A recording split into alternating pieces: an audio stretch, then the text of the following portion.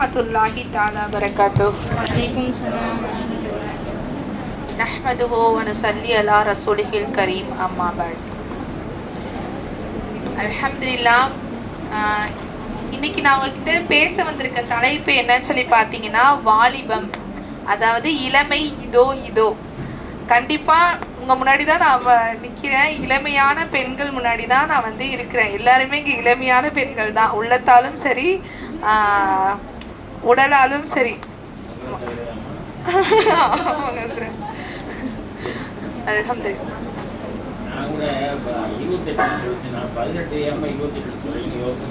அச்சோ இல்லைங்க சார், அல்ஹம்துலில்லாஹ். இளமை பருவம், அதாவது மனித வாழ்க்கையில 3 பருவம் இருக்கு. அதெல்லாம் நமக்கு தெரிஞ்சதுதான். ஒன்று குழந்தை பருவம், இளமை பருவம், முதுமை பருவம் அப்படின்னு சொல்லிட்டு.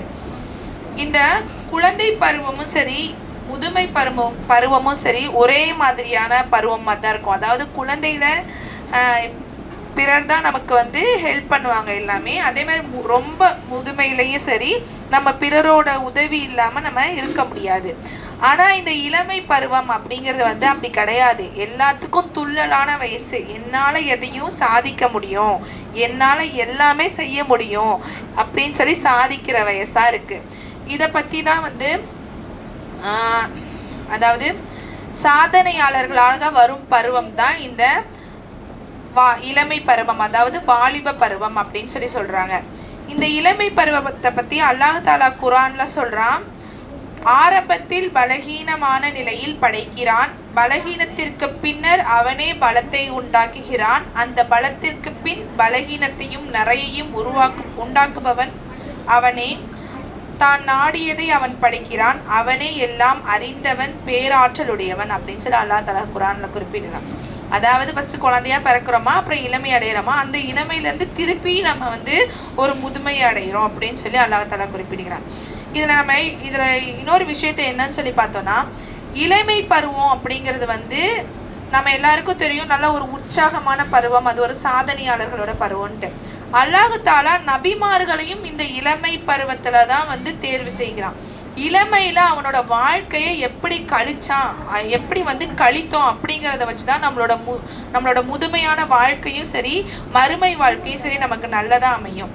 நபிமார்களோட தேர்வு கூட அல்லாஹ் தஆலா என்ன சொல்கிறான்னா, நம்ம இப்ராஹிம் அலைஹிஸ்ஸலாம் அவங்கள எடுத்துக்கோமே. இப்ராஹிம் நபி வாலிப பருவத்தில் தான் நம்ரூத்தை எதிர்த்திருக்காங்க. தன்னோட 20 அந்த ஒரு வாலிப பருவத்தில் தான் நம்ரூத்தை எதிர்த்திருக்காங்க. நம்ரூத்னா தெரியும்ல, அந்த கொடுங்கோல் அரசன், அவனை எதிர்த்திருக்காங்க. எப்படின்னு சொல்லி பார்த்தோன்னா, ஒரு இணை வைப்புக்கு எதிராக இளமை பருவத்தில் போராடினவங்க தான் இப்ராஹிம் அலைஹிஸ்ஸலாம் அப்படின்னு சொல்லி நம்ம தெரிஞ்சுக்கிறோம். ஸோ எந்த அளவுக்கு எதிர்த்தாங்க, தன்னை நெருப்பு குண்டத்தில் போடுற அளவுக்கு அவங்க இணை வைப்பை எதிர்த்திருக்காங்க. அதே மாதிரி இன்னொருத்தவங்க யாருன்னு சொல்லி பார்த்தோன்னா, தன்னோட அழகு அவங்கள மாதிரி ஒரு அழகு கிடையாது, அழகால நிறைந்தவங்க, அதே மாதிரி பரிசுத்தமான வாழ்க்கை வரலாற்றை உடையவங்க. அவங்களோட பேர்ல குர்ஆன்ல ஒரு அத்தியாயம் இருக்கு. யாரு இந்த நபி? கவனிக்கல, சொல்லுங்க, யார் இந்த நபி? அழகா இருப்பாங்க, அழகானாவே நபின்னு. அல்ஹம்துலில்லாஹ். இவங்களோட வாழ்க்கை வரலாறும் ஒரு வாலிப பருவத்தில் பாருங்க, அவங்க எந்த அளவுக்கு அவங்க அந்த வாலிப பருவத்தை கழித்திருந்தா அல்லாஹ் தஆலா ஒரு அற்புதமான அவங்களுக்கு 2 நியமத்துக்களை தந்திருக்கான். எப்படின்னு சொல்லி பார்த்தோன்னா, அவங்களுக்கு பெரும் சோதனையாக அவங்க வாலிப பருவத்தில் அரசனோட மனைவி இணங்க சொன்னப்போயும் அவங்க இணங்க மறுத்திருக்காங்க. அதன் மூலியமா, அதாவது அல்லாஹுவை அந்த வாலிப பருவத்தில் அஞ்சினதன் காரணமா அவங்களுக்கு அல்லாஹ் தஆலா 2 நியமத்தை வழங்கியிருக்கான். என்ன நியமத்தை வழங்கியிருக்கான்னா, ஒன்று கனவு, அப்புறம் கனவுக்கு விளக்கம் சொல்ற அந்த ஞானத்தையும், மற்றொன்று எகிப்தோட ஆட்சியையும் அல்லாஹ் தஆலா வழங்கியிருக்கான். அதாவது எப்படி சொல்றோம், அதாவது அவங்க அரசனோட மனைவிக்கு இணங்குனா அவங்களுக்கு நல்ல ஒரு சுமூகமான வாழ்க்கை கிடைக்கும். அப்படி இல்லைன்னா என்ன, சிறை தண்டனை தான் அவங்களுக்கு கிடைக்கும்னு தெரிஞ்சுமே எனக்கு இந்த இந்த ஒரு இளமையான பருவத்தில் நான் இறைவனை அஞ்சு சிறைக்கே செல்றேன் அப்படிங்கிற ஒரு நிலைமையில வாழ்ந்தவங்க தான் நம்ம யூசுப் அலைஹிஸ்ஸலாம். சரி, இன்ஷா அல்லாஹ் நம்மளும் ஒரு வாலிப பருவத்தில் தான் இருக்கோம். இந்த வாலிப பருவத்தை தான் அல்லாஹ் தாலா வந்து நீங்கள் எப்படி உங்களோட மனதை கட்டுக்கோப்பாக வச்சுருக்கீங்க, இறைவனை நம்ம எப்படி வந்து அஞ்சு வாழ்கிறோம், இந்த பருவத்தை எப்படி இறைவனோட நினைவிலே கழிக்கிறோங்கிறத அல்லாஹ் தாலா நமக்கு கேள்வியாகவே கேட்பான். நம்ம என்ன நினைப்போம், இந்த இளமை பருவத்தில் எனக்கு அந்த வேலை இருக்குது, அந்த படிப்பு இருக்குது, இது இருக்குது, அது இருக்குன்னு நம்ம இளமை பருவத்தை என்ன பண்ணிடுறோம், ஏதோ ஒரு வீணான காரியங்களில் கழிச்சிடுறோம். ஆனால் அதாவது நம்ம எல்லா விஷயத்தையுமே முதுமையில் செஞ்சாதான் அப்படியே டைரெக்டாக நம்ம சொர்க்கத்துக்கு போவோம் அப்படின்னு சொல்லி நம்ம நினச்சிக்கிட்டு இருக்கோம். அப்படிலாம் கிடையாது. நம்மளுக்கு இளமையில் வந்து ஒரு ஆரோக்கியம் இருக்கும் நம்மள்ட்ட, ஆனால் முதுமையில் அந்த செய்கிறதுக்கான ஆரோக்கியம் நம்மள்ட்ட கம்மியாகவே தான் இருக்கும், அந்த பலகீன நிலையில தான் இருக்கும். இந்த இளமை பருவத்தில் எப்படி நம்ம அல்லாவுக்கு பயந்து நம்ம வாழ்க்கையை அமைச்சுக்கிறோமோ அப்படி தான் நம்மளுக்கு மறுமை வாழ்வும் அழகானதாக அமையும் அப்படின்னு சொல்லி தெரிஞ்சுக்கிறோம். அதே மாதிரி நபித்தோழர்களில் ஒருவர் தான் சஅலபா இப்னு அப்துர் ரஹ்மான். சஅலபா அவங்களோட ஸ்டோரி உங்களுக்கு ஏற்கனவே தெரியும்னு நினைக்கிறேன், செம்மையாக இருக்கும். அதாவது சஅலபா ரலியல்லாஹு அன்ஹு அவங்க என்ன பண்ணியிருக்காங்கன்னா, அவங்க வந்து ஒரு அன்சாரி தோழராக இருக்காங்க. நபி ஸல்லல்லாஹு அலைஹி வஸல்லம் அவங்களுக்கு செய்தி தொடர்பாளராகவும் இந்த சஅலபா ரலி இருக்காங்க. இவங்க என்ன பண்ணிடுறாங்க, ஒரு நாள் ஒரு பெண் குளிக்கிறத பார்த்துடுறாங்க. அப்போ அவங்க யதார்த்தமாக தான் பார்க்குறாங்க, வேணும் அப்படின்னு சொல்லிலாம் பார்க்கல, யதார்த்தமாக அந்த பெண் குளிக்கிறத பார்த்துடுறாங்க. மீண்டும் அவங்க ஒரு தடவை பார்த்து திருப்பி அவங்க பார்த்துடுறாங்க. அதாவது ஒரு தடவை பார்க்குறது தவறு இல்லைன்னு சொல்கிறாங்கல்ல, பட் அவங்க குளிக்கிறத பார்த்துறாங்க, ரெண்டாவது தடவை தெரியாமல் பார்த்துறாங்க. அவங்களுக்கு என்ன ஆயிடுச்சுன்னா அல்லாவோட அச்சம் வந்துருச்சான். அல்லாஹ் வந்து என்னோட இதை வெளிப்படுத்திடுவானே, நான் அப்படி தவறாக பார்த்துட்டேனே, என்னை நரகத்தில் போட்டுருவானேன்னு அவங்க பயந்து அவங்க அந்த இடத்துல இருந்து ரொம்ப தூரத்துக்கு போய் அதாவது ஒரு மலை அடிவாரத்தில் அவங்க தௌபா செஞ்சுட்டே இருந்தாங்களாம். ஏன்னு சொல்லி பார்த்தா, நான் கண்ட இந்த செய்தியை அல்லாஹ் வந்து படுத்திடுவானோ, நான் என்ன நரகத்தில் இதன் மூலயமா தூக்கி போட்டுருவானோ, நான் ஒரு தவறான பார்வையை பார்த்துட்டேனே அப்படின்னு அவங்க 40 நாட்கள் அங்கேயே இருக்காங்களாம். இந்த செய்தி சஅலபா அவங்க காணோம்ல, செய்தி தொடர்பாளர் அவங்க காணவும் ஜிப்ரீல் அலைஹிஸ்ஸலாம் வந்து, இப்போ இவங்க போன விஷயம் யாருக்குமே தெரியாது. ஜிப்ரீல் அலைஹிஸ்ஸலாம் என்ன பண்ணுறாங்க, வந்து நபி ஸல்லல்லாஹு அலைஹி வஸல்லம் கிட்ட சொல்கிறாங்க, இந்த மாதிரி உங்களில் ஒருத்தவங்க வந்து தௌபாவை தேடி நரகத்தை விட்டு பாதுகாவல் தேடி அந்த மலை அடிவாரத்தில் அந்த உச்சியிலேருந்து பாவ மன்னிப்பு தேடுறாங்க அப்படின்னு சொல்லி அந்த செய்தியை சொல்லிட்டு போயிடுறாங்க. நபி ஸல்லல்லாஹு அலைஹி வஸல்லம் அவங்க என்ன பண்ணுறாங்கன்னா, நபி தோழர்களில் உமர் ரலியல்லாஹு அன்ஹுவையும் சல்மான் ரலியல்லாஹு அன்ஹு அவங்க 2 பேரையுமே அனுப்பிவிட்டு போய் அவங்கள கூட்டிகிட்டு வாங்க அப்படின்னு சொல்லி அனுப்புகிறாங்க. இவங்க என்ன பண்ணிடுறாங்க, இவங்க தான் நைட் ஆனால் மலை அடிவாரத்துக்கு வராங்க, காலையில் மலை உச்சியில் போய் தௌபா தேடுறாங்க. இதை வந்து தேடி வந்த இந்த 2 பேருக்கும் சஅலபா அவங்க கிடைக்கல. அப்போ அங்கே ஆடு மேய்க்கிற ஒரு ஆள்கிட்ட கேட்குறாங்க, இந்த மாதிரி சஅலபா ரலி எங்கன்னு சொல்லி கேட்டப்போ, யார் நரகத்தை விட்டு பாதுகாவல் தேடுறாரு அவரா, அதே மாதிரி அப்படின்னு சொல்லி கேட்குறாங்க. அப்போ ஆமாம், உங்களுக்கு எப்படி தெரியும் அவர் இந்த மாதிரி பாதுகாவல் தேடுறாரு, அல்லாவுக்கு அஞ்சுறாருன்னு உங்களுக்கு எப்படி தெரியும்னா, அவர் இந்த 40 நாட்களாக பார்த்துக்கிட்டு இருக்காங்க, அழுதுகிட்டே தான் இருக்கிறாங்க, தௌபா செஞ்சுக்கிட்டே தான் அவங்க இருக்கிறாங்க அப்படின்னு சொல்லி சொல்கிறாங்க. உடனே இவங்களுக்கு கிடைக்கல, இவங்க என்ன பண்ணிடுறாங்க, மறைஞ்சிருந்து இப்போ அவங்கள பிடிக்கிறாங்க. அது எப்படி பிடிக்கிறாங்கன்னா, ராத்திரி நேரத்தில் உமர் ரலியல்லாஹு அன்ஹு அவங்க தான் என்ன பண்ணுறாங்க, மறைஞ்சிருந்து அவங்க மேலேருந்து கீழே வர்றதை பார்த்து அவங்கள வந்து பிடிச்சிடுறாங்க மறைஞ்சிருந்து.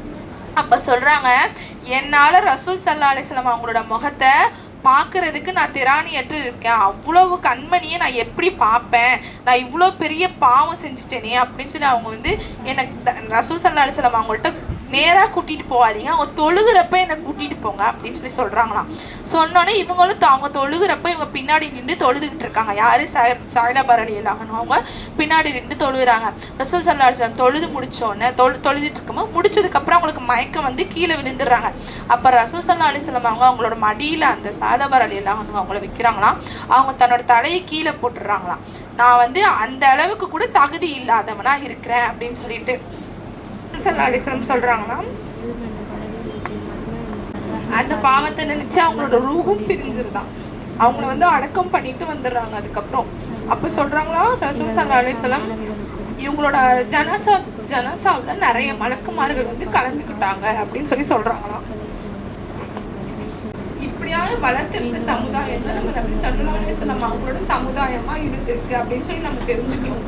அதாவது அப்ப இருந்த அந்த வாலிபர்கள் எந்த அளவுக்கு தன்னோட பார்வையை கூட தாழ்த்தி இருந்திருக்காங்க அப்படிங்கிற விஷயத்த நம்ம இதன் மூலியமா தெரிஞ்சுக்கிறோம். அதுக்கப்புறம் என்னன்னு சொல்லி பார்த்தோம்னா, நிறைய பேர் வந்து இஸ்லாத்துக்காக போராடினவங்களே அபூபக்கர் ரலியல்லாஹு அவங்க தான் ரொம்ப நரைத்த முடி கொண்ட வயதானவங்களா இருந்திருக்காங்க. இது எல்லாருமே வந்து ஒரு இளைஞர் படையா தான் இருந்திருக்கு. அதுல நிறைய பேர் என்ன சொல்லலாம், எத்தனை பேர் சொல்றாங்கன்னா, சொர்க்கத்திற்கு நன்மாராயம் சொல்லப்பட்ட அறிவின் நுழைவாயில் சையதினா அலி ரலியல்லாஹு அன்ஹு அவங்க இஸ்லாத்தை ஏற்ற போது 10 வயது. அதே மாதிரி உஸ்மான் இப்னு அஃபான் ரலியல்லாஹு அவங்களும் இளம் வயது தான். அபூ ஹுரைரா ரலியல்லாஹு அவங்களும் இளம் வயதா தான் இருந்தாங்க. அவங்க ஹிப்ரு மொழியை கூட கற்றுக்கொண்டு 17 வயதிலேயே ஹிப்ரு மொழியை கற்றுக்கொண்டு ஆச்சரியப்படுத்தியவரா இருந்திருக்காங்க. அதே மாதிரி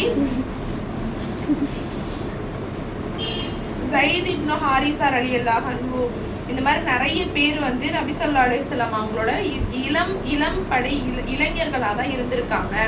இளம் வயதுல நம்மளோட வாழ்க்கைய அல்லாஹ்வுக்கு பயந்து இறையச்சத்தோட மறைவான நேரத்திலையும் சரி வெளிப்படையான நேரத்திலையும் சரி அல்லாஹ்வுக்கு பயந்து நம்ம எப்படி கழிக்கணும் அப்படிங்கிறது தான் அல்லாஹ் தஆலா நம்மகிட்ட நல்ல ஒரு கேள்வியா கேட்போம் அப்படிங்கிறத நம்ம தெரிஞ்சுக்கிறோம். அதே மாதிரி இளம் பெண்கள் கூட வந்து அதாவது இளம் வயது பெண்கள் தான் வந்து இஸ்லாத்தை ஏற்றிருக்காங்க அப்படிங்கிறதையும் நம்ம இதன் மூலயமா தெரிஞ்சுக்கிறோம். அதுல ஆயிஷா ரலியல்லாஹு அன்ஹா அவங்களும் ஒரு முக்கியமான பெண்மணியா இங்க சொல்றாங்க. நிறைய ஹதீஸ்களை அறிவித்தவர் இளம் வயதிலேயே. அதே மாதிரி குரான் தொகுக்கப்பட்ட முதல் பிரதியை கொடுத்த அந்த ஹப்ஸா ரலியல்லாஹு அன்ஹு அவங்களும் சரி. இந்த மாதிரி நிறைய பெண்கள் வந்து ருக்கையா ரலியல்லாஹு அன்ஹு முதலையா ஹிஜ்ரத் செஞ்சிருக்காங்க, அவங்களும் சரி. இந்த மாதிரி நிறைய பெண்மணிகளும் சரி இளம் வயதுல தான் அவங்களோட வாழ்க்கையை வந்து கழிச்சிருக்காங்க அப்படின்னு சொல்றோம். ஆனா நம்ம இந்த காலத்துல நம்ம இப்போ இன்றைய தலைமுறை எப்படி இருக்கும்னு சொல்லி பார்த்தோம்னா, நம்மளோட வாழ்க்கையை வீணாதான் கழிச்சுருப்போம். எல்லா விஷயங்கள்லையுமே சரி. ஒன்று டிவி பார்க்குறோம், இல்லை தியேட்டரில் போய் படம் பார்க்குறோம், இல்லை ரீல்ஸ் பார்க்குறோம். இந்த மாதிரி நிறைய விஷயங்களை நம்ம வேஸ்டாக தான் கழிச்சுட்டு இருக்கோம் அப்படின்னு தெரியுது. இதுல வந்து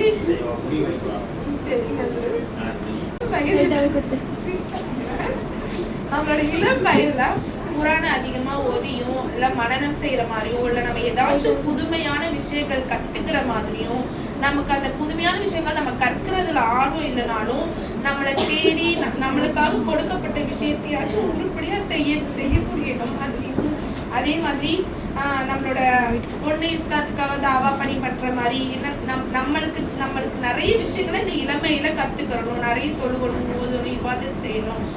முக்கியமா வந்து எல்லா நேரத்திலையும் பெற்றோர் நம்மளை பார்க்க மாட்டாங்க, எல்லா நேரத்திலையும் நம்மளை இறைவனான கண்காணிச்சுட்டு இருக்கான் அப்படிங்கிற ஒரு எண்ணத்தை ஏற்படுத்திக்கிட்டு எல்லா நேரத்திலையும் நம்ம இறைவனை அஞ்சு வாழக்கூடிய பெண்களா அதனால தவிர நம்ம எல்லாரையும் ஆக்கி அருள் புரிவாங்க.